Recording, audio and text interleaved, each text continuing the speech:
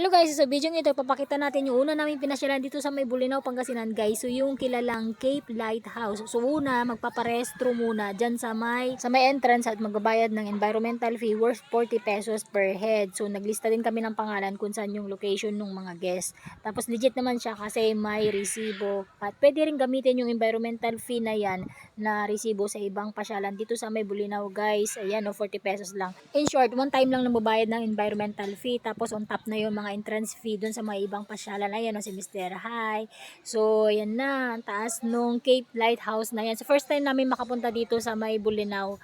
At makapunta rin dyan sa may Cape Lighthouse. So, sinadya talaga namin to. Ang tagal ng biyahe namin mula Laguna papunta dito. So, halos inabot kami ng magdamag. Kasi nga may mga dinaanan pa kami dun sa may Bulacan. Ayan o, ang ganda dito. Tapos marami din mga bulaklak, mga bougainvillea dun sa palibot, iba't ibang kulay, may fuchsia pink, may white.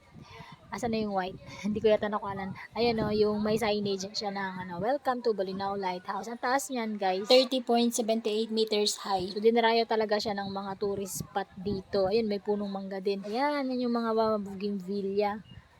Ang tingkad niya. Tapos season din naman kasi niya kaya namumulaklak sila.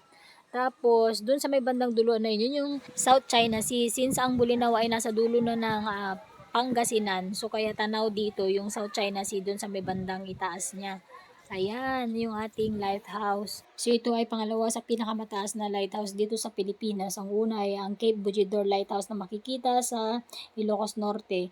At ito yung pangalawa dito sa Bolinao.